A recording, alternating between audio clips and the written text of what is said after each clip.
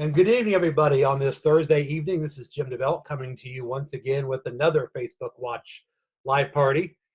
We just had Tamika Williams on earlier this week, the former UConn Husky, who's now an assistant coach at Ohio State. Tonight, we have a former Buckeye with us, Emilee Harmon, who is played at Pickerington Central in 2009 graduate and went to play at the Ohio State University. And then she is right now down in wintertime for them. We just talked about that down in Australia. What part of Australia are you in right now? I'm in Melbourne, Australia. Melbourne, Australia. Okay, awesome. So we'll talk about a few things here today and kind of get started. Let me start this up here so we're good to go. And we are good. First of all, you graduated in 2009 from Pickerington, and you were Division I Player of the Year that year in Ohio. So you had a great career at Pickerington. First of all, talk about playing. Give me a big game. I mean, think about back to your days at Pickerington. That's 11 years ago. Talk about, is there anything? You have to say that. Yeah, I know. Is there anything that sticks out in your mind as a big memory during your time at Pickerington? Well, I loved my time at Pickerington. Still to this day, it's, I've played basketball all over the world, and that's, some of my favorite 4 years was spent at Pickerington. I think my favorite bit about Pickerington basketball was just the community around it, the expectation to succeed around it, the crowds that we would get for our games.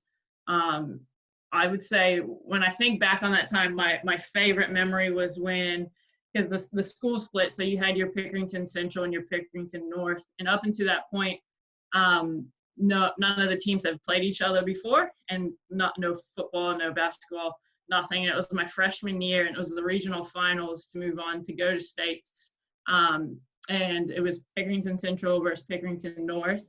And just that environment, like, I still get chills thinking about sitting in the locker room and hearing the crowd outside. It was a standing room only, sold out game. And as a freshman, getting ready to hopefully go to the states, it's just, one of those things you never forget. Yeah, I don't know if there's any other big memories that come to mind. Obviously, the tradition's rich. We'll talk about that in a second. But is there any other big game or big moment or big shot or anything that you can remember vividly during your 4 years at Pickerington? Yeah, again, I have a lot of great memories being there. I think, that year we did win, and we did go to the state finals that year. Unfortunately, that's not it was a good memory, but not such a good memory. It was the state semifinals when we were playing Mount Notre Dame. I remember we were down one. I think it was about 6 seconds left on the clock, and Coach Snyder drew up a play, and I was like, no, like, I want the ball. This is what, give me the ball, And so he's like, yep, quickly drew up another play. It was an inbounds play under the basket. Lobbed up to me, grabbed it, turned around, shot it, made it.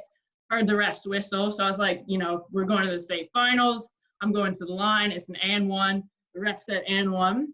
The ref at half court waved it off and called traveling. And so they met at half court, and they went with the traveling. And it was just, it's one of those to this day. It was, that doesn't leave you. So you don't get over that, do you? You don't. No. No. But it was still a good memory, like, to be able to play in that sort of environment as a kid. It was all of Pickerington around you there, and it was a great game. And Mount Notre Dame had an awesome team. I think like Kendall Hackney was there, and another awesome player. So it was a good memory either way. Definitely. Yeah. And you had a great career at Pickerington. Just talk about the tradition there. I mean, back to the Dave Butcher days, back in the 80s and 90s, and then of course they split apart. But just Pickerington, the aura of that whole district, always been successful.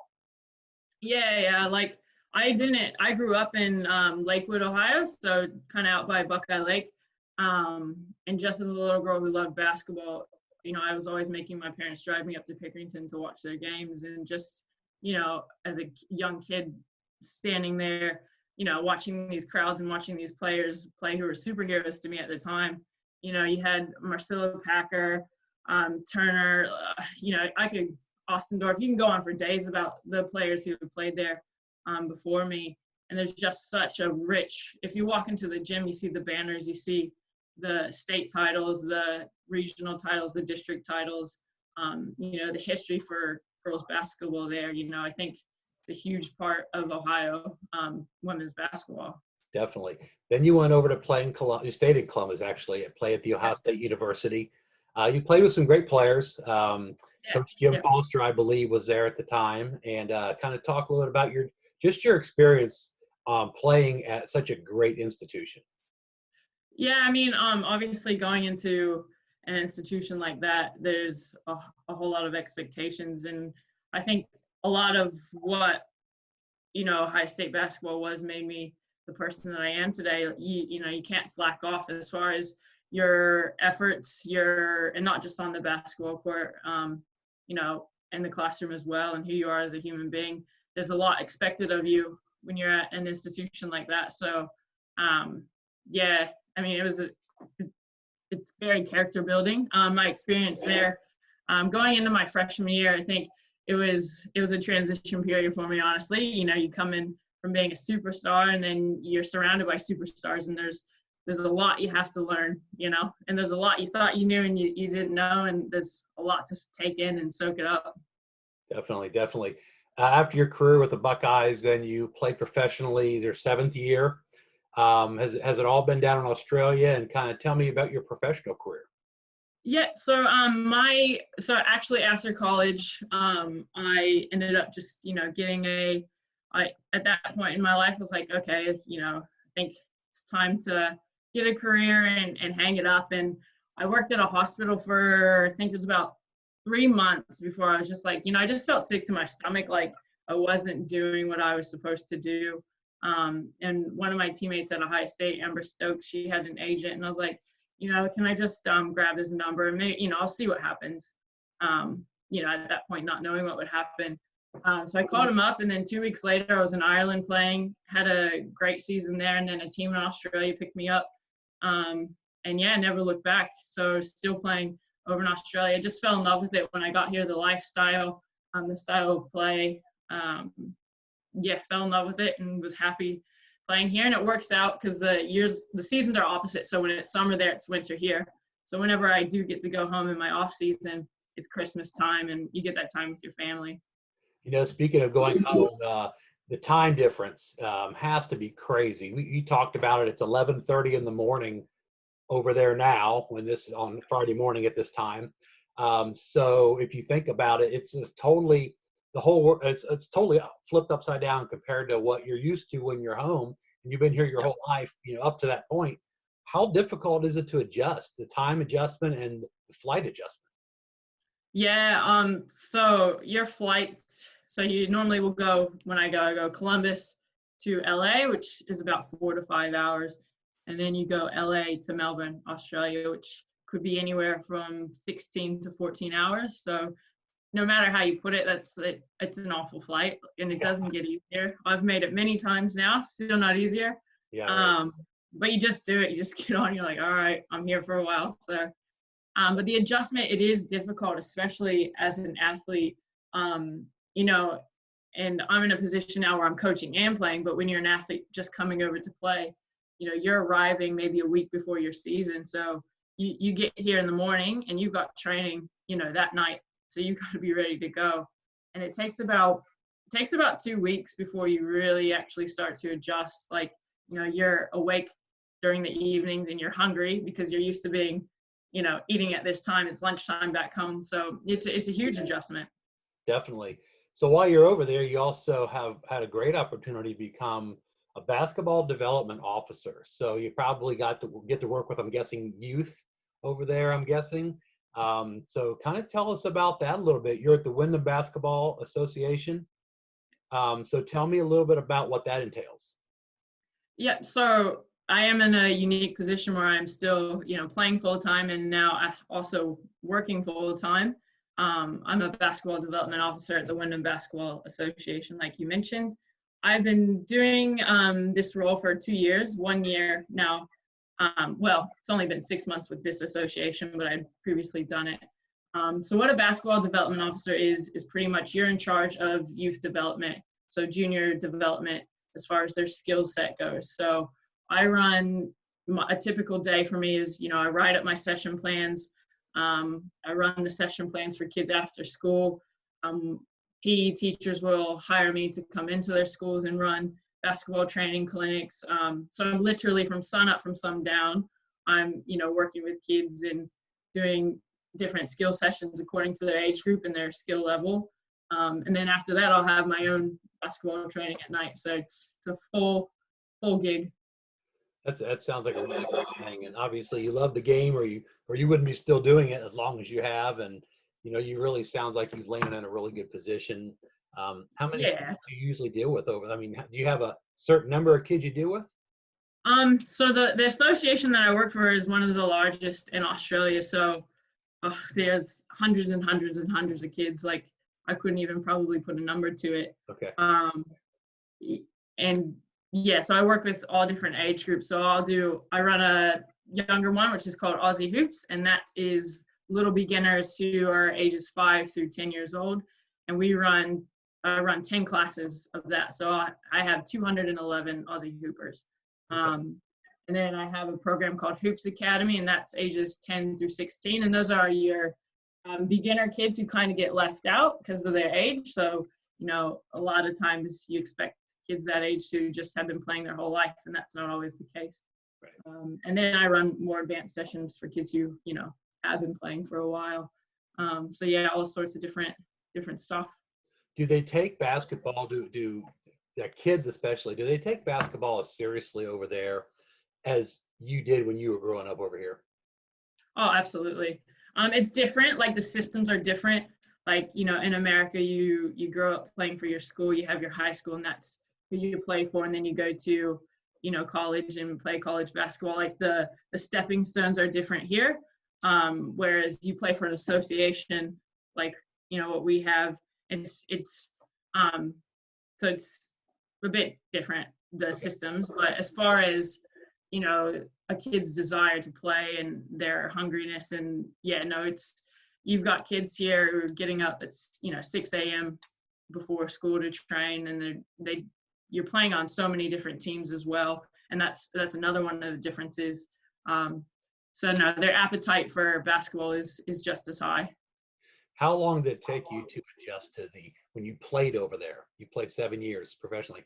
How long did it take you to adjust to that level of ball and playing like this far away from home?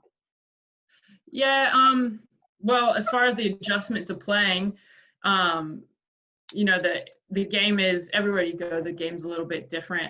Australia is very much like America. The court is the same. Most of the rules are the same. One of the huge differences here is our shot clock is 24 seconds. So the game is, a bit faster, which took some getting used to. The style of play is a bit different. Your bigs, your 4s and your 5s, they're stretch 4s and 5s. You've got to be able to run the floor, shoot the 3 just as well as the guards. So it's a very fast-paced, fundamentally sound game, as to where I think in America, not that that's, they're fast and fundamentally sound, but it's also a lot of athleticism as well. And that's growing here as well. So it's just a couple different styles, but I loved it. I love the faster paced game now. And as far as, playing, it's, I was growing up, my family was in Pickerington. I went to Ohio State, which is just down the road from Pickerington. So my family's very close, and that's very hard. That's the part they don't tell you about, with the job that professional athletes do overseas. But, you only get to do this once, and you just follow the path that is before you, and, you take the opportunities as they come, and your family's always there waiting for you, when you get back. Excellent. And we'll kind of wrap things up with a question of, obviously you come home, and you were a really special part of a state championship team in 2018. Not only were you inducted into the Hall of Fame that year in 2018, you were also, and by the way, pardon my neighbor's dog, it must be time for him to wake up. That's all right. Coach, you were an assistant coach on the state championship team at Pickerington Central. Tell me, first of all, the Hall of Fame induction is everybody's ultimate, you don't want to say goal, but it's obviously the ultimate honor.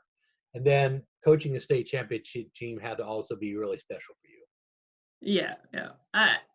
As I mentioned before, as far as the Hall of Fame goes, as a little girl, just, driving those 40 minutes just to watch a game here at Pickerington Central, to playing there, to now being in the Hall of Fame there.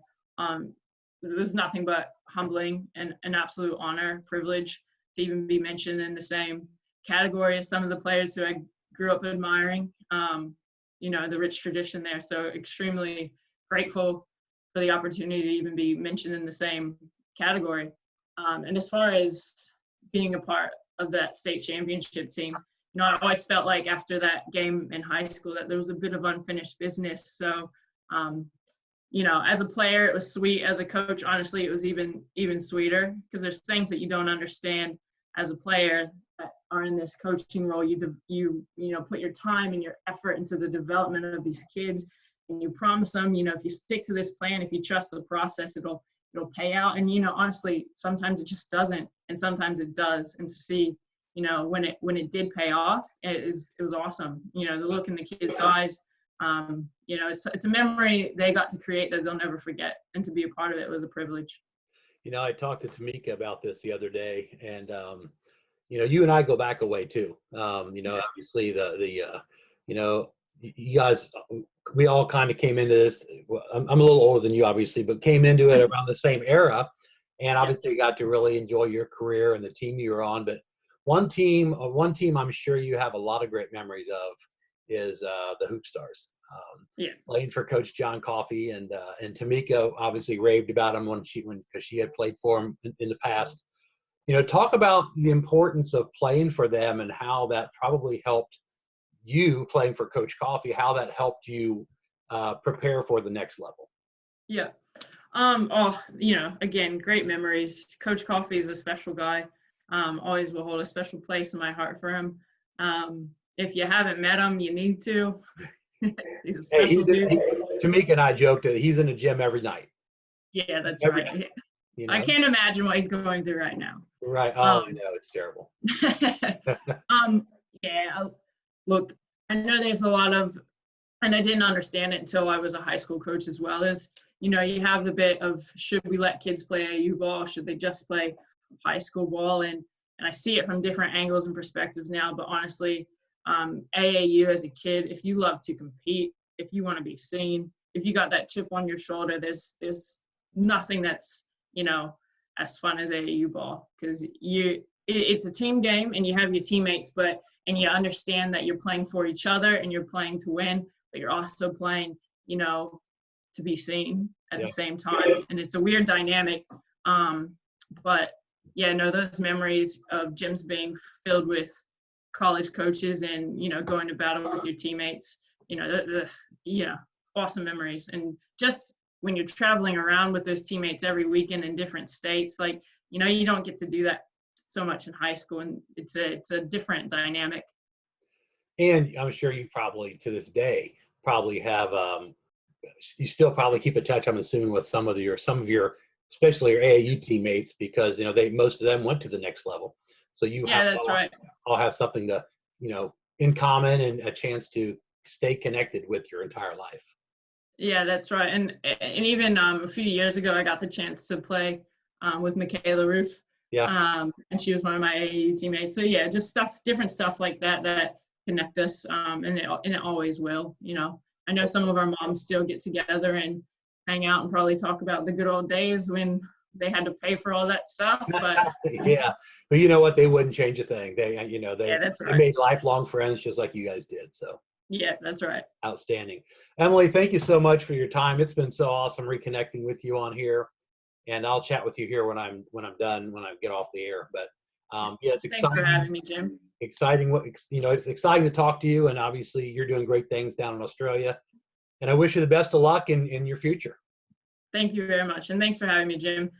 Thank you for everything that you're doing for women's basketball, especially in Ohio. I think, that's a huge part of, again, Ohio, the history of women's basketball there is we don't want it to die. We want it to keep growing. And people like you definitely help with that.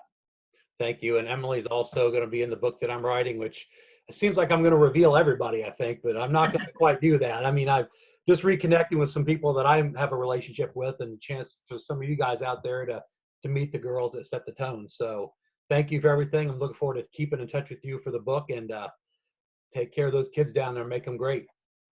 Oh, thank you. Thank you, Emilee.